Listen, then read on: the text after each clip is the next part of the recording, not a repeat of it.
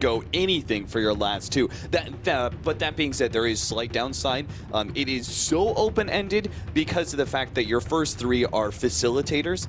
They aren't necessarily damage dealers in themselves. Even Tusk as a core position, I would say, is more of a facilitator for other people to do work rather than him, carrying the game himself. So I feel like there is a lack of power coming from these first three pickups, and this leaves a lot of the damage being focused on the last two, which I do feel like Fnatic, with the sort of idea between the 3-4, like being able to have neutralizers, essentially, the Bane and the Bloodseeker, particularly the Bane.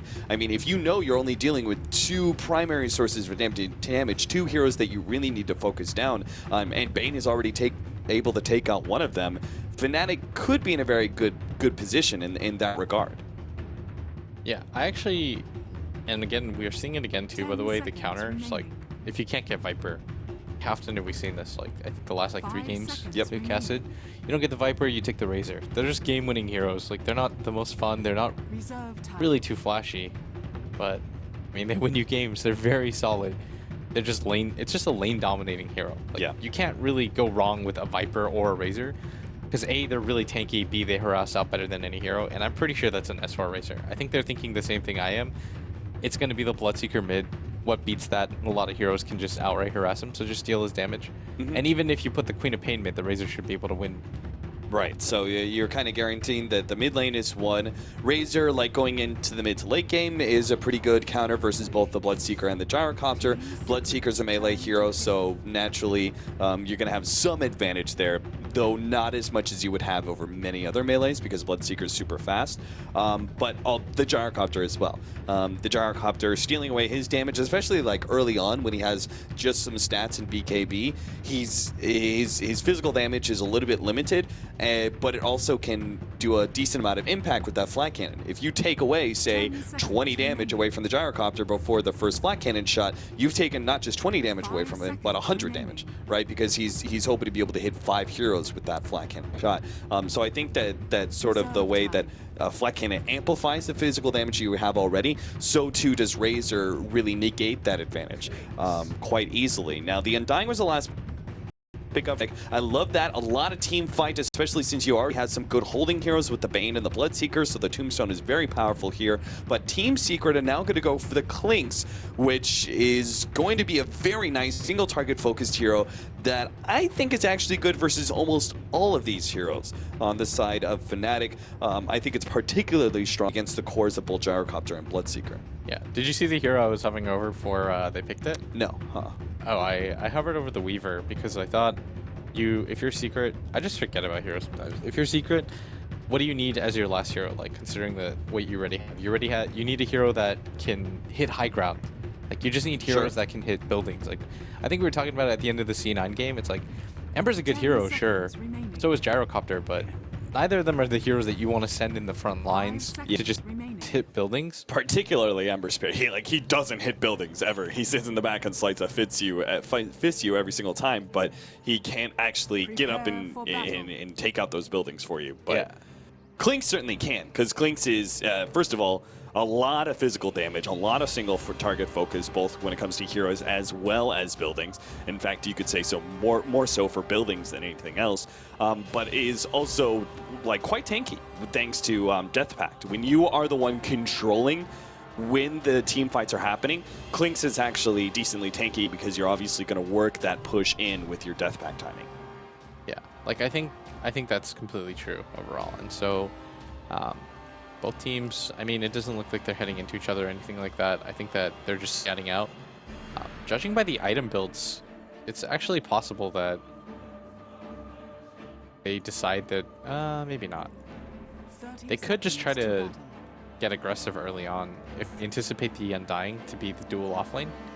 Right. I think it'll be, yeah, because Ohio's already in position. That means Mushi's quad mid. Okay. It had to be one of those two, I guess. They'll probably do then Undying plus Bloodseeker offlane, and you probably want to dodge that because the Gyro plus Bane is a lot more easy to deal with, I feel. Yeah, that makes sense. I mean, generally speaking, you just don't want to fight into the Undying at all, but If you manage to, yes, you successfully dodge it in the first minute, say, you manage to get a single offlaner up against the dual aggression of the Undying +1. But then the Undying just rotates bottom lane. Aren't you stuck in a bad position at that point? Because now you're faced tri-lane versus tri-lane, and then you are then the one forced to rotate. But you still want them to react to you more Okay. than anything. But I think this is like some weird tricky game because both teams are reading each other before anything actually happens. Like Fnatic is going for the counterplay, and then they get counterplayed because it's a little bit too obvious. So now Secret is going to, it's just like a back and forth mind game because you originally saw the Undying at top, right? Because they might have anticipated some sort of dueling. So now you're going to see the TPs. Like now that you force Fnatic down, then you force yourself down because you can't just leave Arteezy in a situation where he's one-on-one. Ohio. He's going to be kind of caught here. Actually turns around to go for one of the last right clicks on a creep in order to heal himself up. But the last right click from Arteezy isn't quite enough. Zai does have another ice shards coming up in a second, but he just runs down the Bloodseeker, who actually kind of slowed himself down by running into those trees. And Zai is the one to pick up the first blood. So unfortunately for Fnatic, it seems like them forcing Arteezy to rotate actually turns out quite well for Secret. It was so unlucky for Ohio. He had the Blood Rage on him. Oh, and they're actually going to go on him again. And is he blocked off from this? The creeps are blocking him quite heavily. Zai is trying to get in front of him as well, but Ohio will live. Seems that poor man's shield does do a decent amount of work. Johnny's going to pass over his potion, so Ohio stays in the lane for the time being. And now Johnny's going to try and help out this Bloodseeker by harassing Arteezy down a bit. This is so miserable for Clinks against an Undying because you already have such a terrible HP pool to begin with. So losing your strength, like 17 -4, he's already at 378 HP. At the same time, there is some validity to the fact that Fnatic don't actually have any nuking power to take advantage of that. Plus the fact that while he does drop low in HP, percentage-wise, he's not low, right? So Bloodseeker isn't actually getting a big benefit out of Thirst. Yeah, but you still don't want to be at... He's at 302 health right now. Like, if he gets right-clicked once by Bloodseeker, you played against it before. You get hit once by Bloodseeker and like...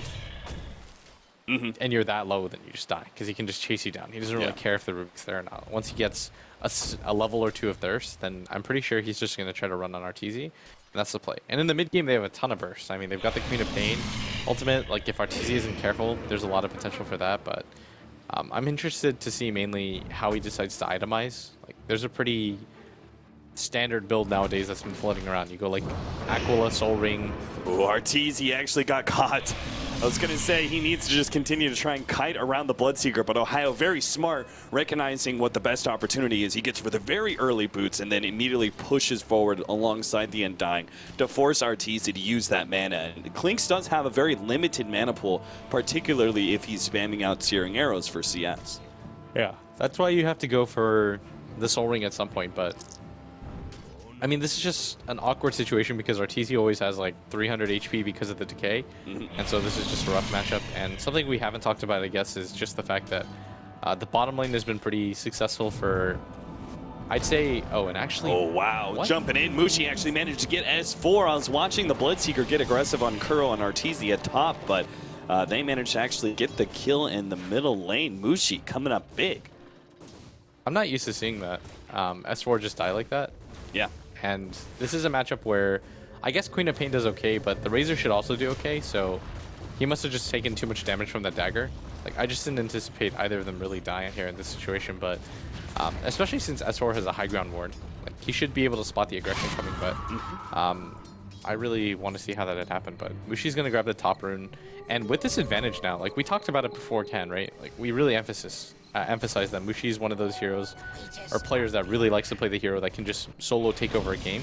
And I feel like he's just going to be pissed now. He's going to be like, we lost that last game. I wasn't able to have impact, but this game, like, I'm going to just go out all out. Yeah, and he's already picked up the early kill on the Razor, but second, he has a gigantic CS advantage over S4, and that's only going to grow, especially now that he's got the extra Null Talisman, such a heavy stat build, and then the Illusions as well, obviously adding a lot of right-click. S4 basically sacks some HP in order to take away that advantage, but is going to be forced to using his health potion here sometime soon, because again, you don't want to leave yourself too low against that Bloodseeker. It makes this top lane all the harder than it already is for Team Secret. I think S4 is going to get dived on right now. Yep, Kuro's in some serious trouble. Tombstone gets laid out. Ohio trying to go for that last right click. Kuro has nowhere to run to. In fact, they even have the dust. Arteezy's done for as well. Queen of Pain does manage to pick up the kill on S4, but Arteezy, yeah, he's be going down before that dust runs out. So 2 kills up in the top lane, plus they managed to take out S4 again in middle.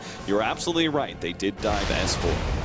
Bottom lane, Snowball actually dodges the first call down shot, but the second one still hits Zai, and KYXY picks up now a 5th kill for Fnatic.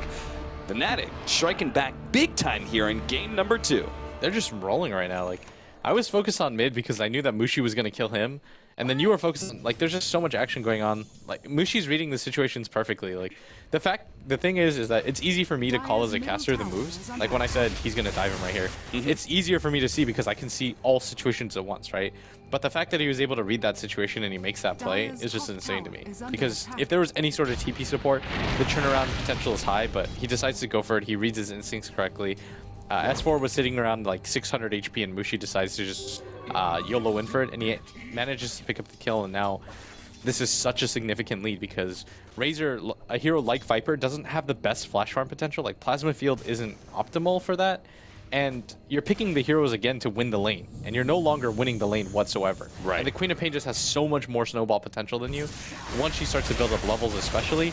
And if you look at Secret's lineup, they don't actually have the best way to deal with her, and so this early advantage that he's building up it's not going to get better for S4 over time. He's not playing a hero like Shadow Fiend where things progressively improve. He's Razor, who's going to be pretty static in his lane. He can't fall back to the jungle or anything like that. He pretty much just has to take this level of abuse. Yeah, the one advantage that Razor is like sometimes has with Plasma Field is like farming up a stack, right, and trying to get the Plasma Field on both sides. Say that this stack in the hard camp, but that's not possible. Like, Keeper of the Light is very focused on jungling because what else is he going to do at this point in time? Tusk goes down again in the bottom lane. Catch Gimba and KYXY find the opportunity, and Team Secret are rapidly running out of space here as now Fnatic are pushing aggressively up in the top lane. They've taken away that tier 1 tower, which you know means they're going to start making frequent invasions into the jungle. So the one real safe harbor, it seemed like, for farming, which was their own jungle, is going to be taken away from them sometime soon, and Puppey is not ready for it. He's only level 3. He's not really ready to defend towers or be a part of team fights yet. He's not a factor at all. Yeah, and I did not see this shellacking coming in. Like, any single time we turn our heads, somebody from Secret has died.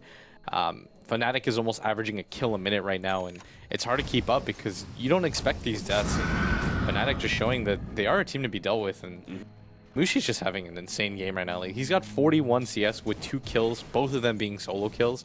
And I guess it's hard to really tell, but as a mid player, dying twice solo, it A, hurts your confidence a lot, and B, especially since it's a solo kill, you're getting so much more experience over the other person. It's really fairly significant that he continues to get solo kills more than anything, because it just makes it so hard for this Razor to catch back up into this matchup. We have Rupture now available for Ohio. He looks like he really wants to go for Arteezy up here, but he doesn't have dust of his own. Johnny is bringing some now. Honestly, I think they should just pass off the dust to Ohio and leave him solo up here in this lane. And that way he can pretty much always threaten Arteezy by himself. Really doesn't need an extra pair of hands unless Arteezy has a little bit of backup behind him. But even then, I feel like again, with the supports that Team Secret went for, because again, calling them like facilitators, I think it just sticks in my mind because I think it describes them very well. They don't necessarily bring any damage themselves. So like heroes like Rubik and Keeper of the Light, even if they can stop the Bloodseeker from killing the Clinks, they won't be able to punish the Bloodseeker. Yeah, Bloodseeker, or even Rubik, isn't very good at holding off offenses. Like, it's a hero that you want to prefer to initiate or counter-initiate with, but against a hero like Bloodseeker, like, the 2-second lift isn't really going to be able to do much, and so it's really difficult for anybody to survive. And if you notice, like, Secret are pretty much isolated on this half of the map. Like, they're kind of scared to branch out. Like, they sat 2 heroes behind S4, but that means Arteezy can't farm, and you pretty much can't send anybody bottom anymore because, as we saw last game, Gyrocopter is just such a godly laner, because he alone with Rocket Barrage can just pretty much kill you, and Rupture's going to go off on top, but no stuns. Yep, just forcing the TP out. That's good enough. They have the Tombstone laid out behind the tower, so this means the creep wave will push into this tier 2, and doesn't seem like Team Secret many ways to be able to defend. In fact, Arteezy already forced out, and they get another kill on the Keeper of the Light, who tried to make the escape as they were farming up that hard camp. So not only do they pick up the kill, the tier 2 tower is completely forfeit. Now, Team Secret are losing all ground here by the 10-minute mark, which is insane. They actually just lost control of the jungle as well. I drew that line, right? And I was like, this is the outline. Nope, can't go there anymore either, because once you lose this tier 2 tower at top, there's actually almost nothing that's going to deter you. And if you're Fnatic, then the next target is to go for this mid tower, and then from there, you can pretty much just make night raids, you know, like every single time it's night, you just smoke up, go to that half, and then just let KYXY farm wherever he wants. And the problem right now for Secret is that none of their cores can really jungle. Like, if you notice, it's still pretty much just Puppey that's going for it, and now this kind of feels like a desperation smoke to open the map up again. And so Arteezy's gonna, try to set this up, and they might actually Johnny. They actually bring a good amount of burst damage in, almost killing him. Nice sleep there, catching him, but managed to pull out the deny. And now here comes the turnaround with the Rupture already laid out. Arteezy is stuck here, and Mushi is, I believe, they're gonna go for some damage. They're pinging. Oh, they actually. Yep, now they lay out the counter ward. Arteezy is gonna be caught here. The Rupture runs out, but Mushi's still able to get the kill with the last bit of nuke damage, and they also pick up the Rubik as well. So Team Fnatic 9-2 now. So yes, they lose the Undying, but they pick up a couple more kills. Well worth the trade up by itself, but are also seemingly going to get even more of a net worth advantage by taking the tier 1 tower bottom lane. You can't even tell that Ohio was sent to the off lane. No, like, you that's really the crazy thing. The amount of farm that he has right now, for people that aren't aware, like the fact that you have a minus power treads and 1k gold at just 11 minutes, that's fantastic regardless of what lane you are. And another kill goes, they are actually just being picked apart right now. Yeah, Team Secret just falling apart before our very eyes. Team Secret, who were for many the favorites of this tournament, sort of the invincible team, is actually showing, I would say, some very large weakness against one of the biggest underdogs of this whole entire tournament. I think many people believe that Fnatic were going to be a bottom 8 team. Honestly, Fnatic just laned this really brilliantly. Like, there was no real lane that you could point to and say they had an advantage. Like, the first blood was nice, but at the end of the day, like I said, it was a Bloodseeker and Undying. Every single time that the Undying cast a K, Arteezy pretty much has to run away. Like, that's what you saw, right? He gets the KD, has 300 HP, and then the Bloodseeker just continues to farm. And any opportunity where you're low, you just die. Because the Keeper of the Light is really focused on jungling, so he can't rotate over. The Rubik is not a good defensive support whatsoever. Like, your base damage is so incredibly low, your nukes cost so much just to use to harass to begin with, so it's just way too hard for him to defend Arteezy there. And Clinks isn't one of those heroes that is self-sufficient to begin with. And at that bottom lane, Bane plus Gyrocopter, like, if you get slept, you're dead, because you're going to get run down by Rocket Barrage every single time. So you're just seeing complete dominance. And I mean, I'm not even covering Mushi right now because all the lanes just went so well for him. The fact that he got 2 solo kills on a player like S4 is pretty ridiculous, and it looks like he's going to pick up something like a 15-minute Aghanim Scepter. And I think this is the right choice because he's just looking to snowball and get as far ahead as he can right now. 3-man smoke up, looking to catch somebody underneath that tower, and they'll find Curl immediately. Similar situation to game number 1, except for the roles are completely reversed. Fnatic are the ones getting the successful smoking into that tier 1 and will now take it away from Team Secret. What I'd like to see right now from Fnatic is just to continue the aggression.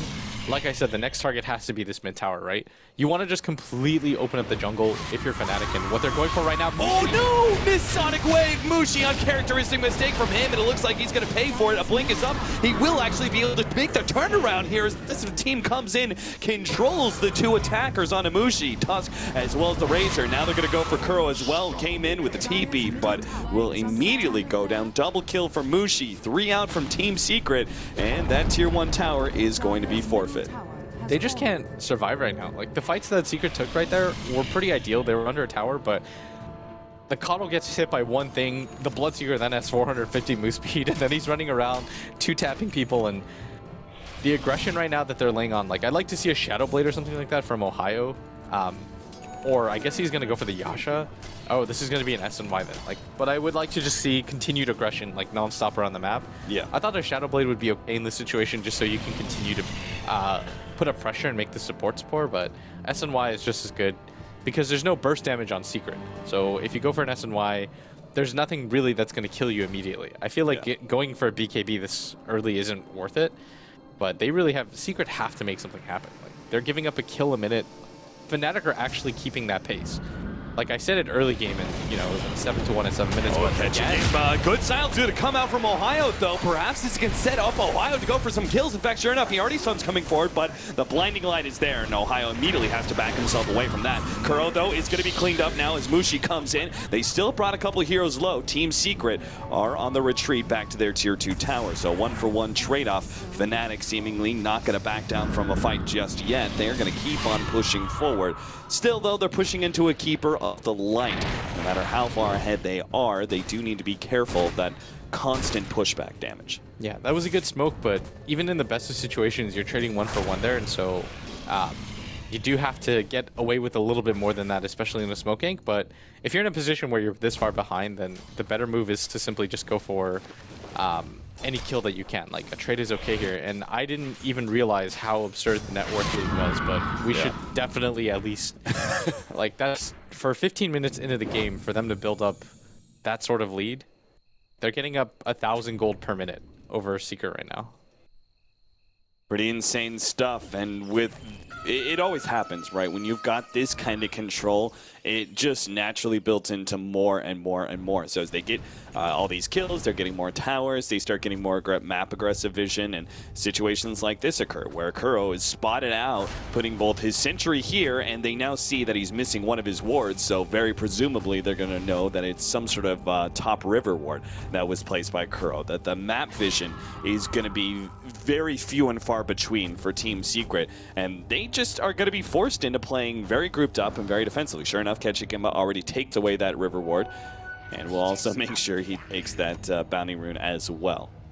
Yeah, Fnatic right now are just eating up all the space that Secret have, and Secret's lineup just was not designed to get behind at any phase of the game.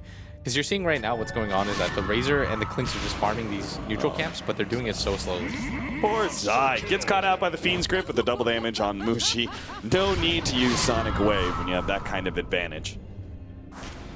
You know it's a free kill if the Queen of Pain with Aghanim Scepter isn't willing to blow Sonic Wave for it. Yeah, she's like, I really don't have to go. I mean, it's got a low enough cooldown, but she's like, I just really don't want to use the mana, and I may find another kill in the next 30 seconds, and sure enough, that's exactly what happens. Godlike spree already from Mushi at 17 minutes as he finds another pick-off, this time on Kuro. Yeah, this is, again, going back to what we talked about. Like, this is what Mushi can do to your team. He's just getting solo pick-offs left and right. And it's just brutal right now. Like, Secret are trying to scramble, they're trying to farm out whatever they can and buy RTZ some time so that he can start the split push game. Because that's their main hope back into this game right now. Especially with the lead that's built up, because Fnatic, all they're going to have to do right now is go for the Roshan, and then they can pretty much play it safe and continue to put that stranglehold on a Secret, because all three of your cores are so farmed that they're self-sufficient and independent at this point that they don't have to play together at any phase anymore. Right. Because it's too hard for Mushi to die right now. Because looking at Secret's lineup, they don't have enough lockdown. The Bloodseeker and the Gyrocopter can just turn things around. So as long as one support is with them, then it becomes way too difficult to do anything. So if you're Secret, the ideal standard right now is just to continue to farm out the jungle however you can. But just look how slow it is for this Razor. Yeah, Razor doesn't have many options. RTZ, of course, is going to farm out the jungle a bit faster, but you're right. S4, he's still operating on pretty much just upgraded boots. He's got a Bracer, Wraithband, and Bottle with him, but not even like a mid-game item being had by him just yet. Fnatic making invasion into the jungle, are going to grab Zai immediately. He will be the first one out. Tombstone was laid down as well, so Team Secret need to try and get away from this one. Puppey couldn't even complete his TP out. Fnatic take out two and perhaps a third. Yep, Clinks, he also falls. Mushi finds him, and that will be a 1-2-3 and push into tier 2 tower. Fnatic, it seems like we're just going to see a straight up GG soon.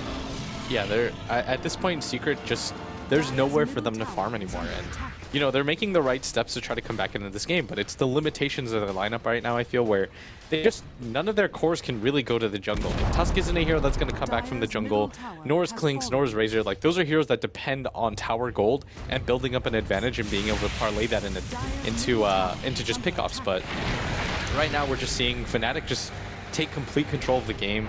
This is what you wanted to see out of them last game, but this game, I mean, things are completely different just because of how well Mushi is playing. Like, I don't even think this is Secret playing inherently terribly in any sort of situation. It's just that Mushi is just doing whatever he wants with them. Like I really feel like he's just mad. He's saying to himself like, why did I even bother like losing that last game? Like I'm Mushi. Like I get to do whatever I want. And now with the negatives and upcoming Octarine Core, it's going to have a 30-second cooldown on his Sonic Wave, and Blink also goes to an absurd like 4.5 seconds or something like that. Like it just becomes a hero that's all over the place and has nukes constantly. And with the level advantage he still has over Team Secret, just going to be blowing up heroes left and right. Bloodseeker, of course, is still quite a happy camper. He's got Hanamitis, SNY, 2,400 gold. We still haven't even gotten to the period of time where Hanamitis has paid for itself yet. So as just goes to show, as this game goes on, Ohio's going to be raking in even more items and even larger of a net worth lead over Team Secret than they already have. I mean, if you just look at the core positions, pretty much every single core of Fnatic has double the net worth of the respective core from Team Secret. Yeah, and the thing is, Ohio is buying wards for his supports now, so they can farm down. Like, he's just like, don't worry guys, I got this. And the network lead is pretty steady, but you can see some comeback potential. I mean, I think I was watching like the end of the Cloud9 game, and they were up 2 sets of racks in like 20k, and so this type of lead isn't insurmountable by any means. It's just that the road to getting there right now is quite hard because of how Fnatic's playing. Like, they're playing really close to the vest. They're not forcing anything. Like, they haven't even tried to breach high ground or go for the Roshan right now. What they're relying on more than anything is complete map control and dominance, and I feel like they're just trying to crush Secret Spirits. Oh, look at this. Ketchigimba. He set himself up quite the nice little trap here. He force-tapped up into the trees and set down both a ward and counter ward, and is ready to go with a Fiend's Grip hold or sleep, and then Fiend's Grip. Just any sort of delaying factor to get his allies to come over and help him out. I think he's just clowning. Like, he was just trying to force tap over the hill in case anybody was nearby, but it's pretty irrelevant. I think what Fnatic should do is go for the Roshan, and I feel like what Secret should do in response is just try to pressure this top tower as much as they can, as quick as they can. Because there's no way that you're going to contest that Rosh fight. Like, I feel like that's just a sentence. None of your team has farm right now. There's just no point in dueling the net worths. Like, go for the split push at top, try to do whatever you can. Like, I think that's like the better play overall.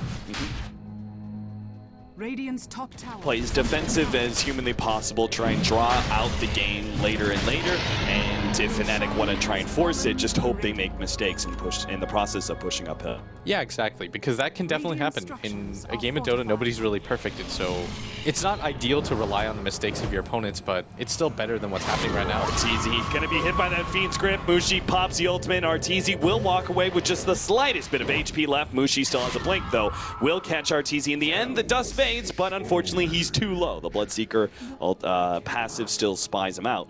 And Fnatic get yet another kill for now a beyond godlike spree for Queen of Pain. Yeah, he's 11-0 right now. He's had such a sick game. And with this, I'm pretty sure it's going to be an Octarine Core, because if he was going to go for the Bloodstone, he would have had it. I mean, can you really lock down the Queen of Pain for 4 seconds? Like, I don't even think Secret's lineup has that much disable on it. Like, the lift is for 2, 1.5, like... Oh, Jesus, Smoosh is just jumping in, my God. He's just trying to force something. He doesn't even have... He's not even the one with the Aegis. I thought for a second there I misread who grabbed the Aegis, and it was actually Mushi. But no, Mushi's just like, whatever. I'm going to jump in there, don't care. And he still manages to get out, despite the fact that he didn't have Octarine Core yet. The allies help him out with a couple of defensive force staffs, and he is good to go.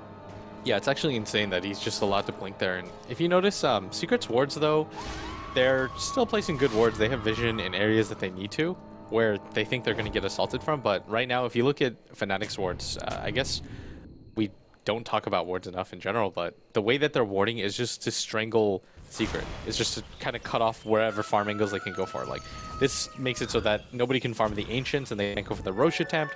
This is the entrance to the jungle, which is a lot more safe, because you notice there's already a preemptive ward there, right? And then they're just continuing to ward in places so that there's nowhere that Secret feels safe.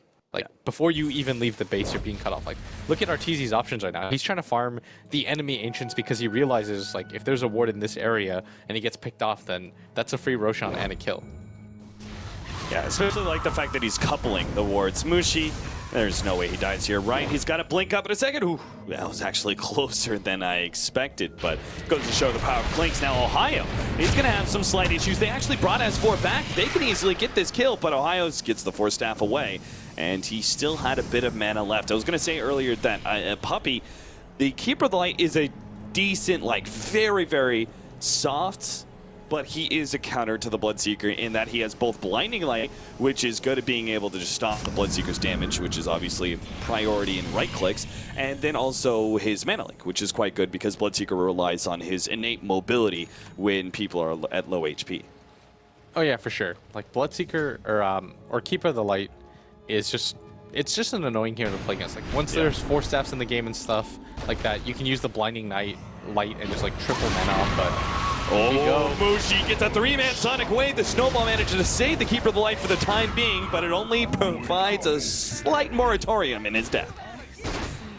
Yeah, Fnatic, the crazy thing is they haven't even gone for Roshan. Like how often, or actually they have, but yeah, it took them so long to do it originally that they don't even need it to go high ground, is what I mean. Like this, it's pretty unnecessary at this point because... Yeah, normally you would wait for the next Roshan before you try and push uphill, right? But Fnatic are just so far ahead, they're going to go uphill with the first Roshan. Yeah, they're just, at this point, they don't really care. Like I think even without the Roshan, it's just absolutely securing it in S4. Last Bastion of defense.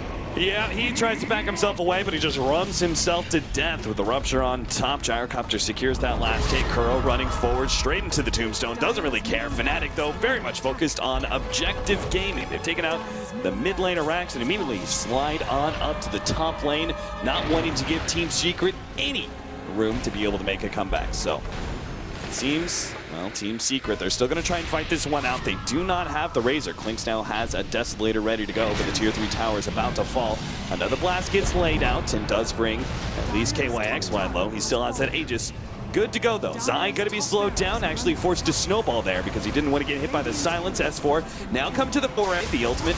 And the pushback there is able to get the Gyrocopter down. S4 comes forward. They managed to clean up one already. S4 drops quite low, but they can't pursue him out. Fnatic are still healthy as a full 5-man crew and are able to finish up that melee at Rax. And seems like they're going to be able to stick around for the range Rax as well, as Team Secret only operating with 3 heroes right now. KYXY takes just one shot before immediately there's a response from Team Fnatic. Slow down RTZ and make him asleep. The homing missile comes in, bonks him up, but Fnatic don't care. They've taken that second lane of Rax and will immediately back up to refuel and probably pick up a couple of items before they now go for Megas. Yeah, you can even wait for the Roshan if you absolutely want to secure this game, and that might actually be what they shoot to go for, because you just want to make absolute sure that this isn't a game that you lose. Yeah. Like Fnatic have done everything that they possibly can to secure this game. I think the net worth lead has to be at least 30k. Yeah, it is. It might even be a little bit greater than that once the time passes. And I mean, the farm advantage alone is just so hard to come back from. And Secret had to expend like what, 3 buybacks there, and they weren't even able to hold Rax. So when you're doing that, it just continues to kind of shut you out. And Secret are going to go for the smoke gank, but this is like, you have to get something out of this. This is a super YOLO maneuver. They know that Kuchik Imp is right here, and he actually manages to get himself away at the same time. Yeah, the good play there, being able to Glimmer back himself away. KYXY is going to respond, though. He's got his BKB, turns and fights the rest of the team. Good snowball outside, just trying to get them away from that call down area, but Mushi cleans him up with a huge Sonic Wave. GG. Team Secret are done with this game. Incredibly one-sided win for Team Fnatic. Even more one-sided than our first game that went to Team Secret. Quite the weird event. Like, turn of events that just happens there, that Team Secret have such a dominant showing in game number 1, and that's sort of the way the storyline was meant to unfold, and then Fnatic strike back incredibly hard in game number 2 with just a really well